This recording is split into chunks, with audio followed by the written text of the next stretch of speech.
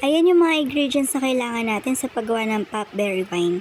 Kailangan natin bumili sa box galore ng ingredients. Ayan. Punta lang kayo kay Hazel. Bilhin nyo lang yung cooking mix. 10 pieces kailangan natin.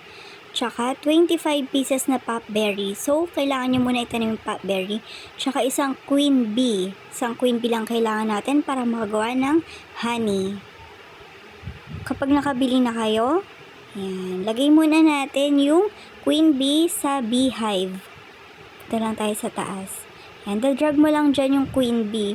Every 45 minutes, nakakapag-provide siya ng 3 honey.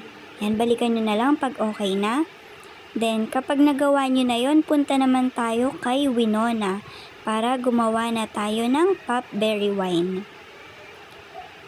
Ayan, click nyo lang yan at Bottle of Popberry Wine.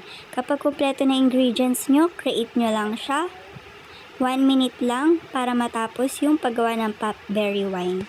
Kapag kailangan nyo uli ng ingredients, ulitin nyo lang po yun. Ayan, ganun lang kadali.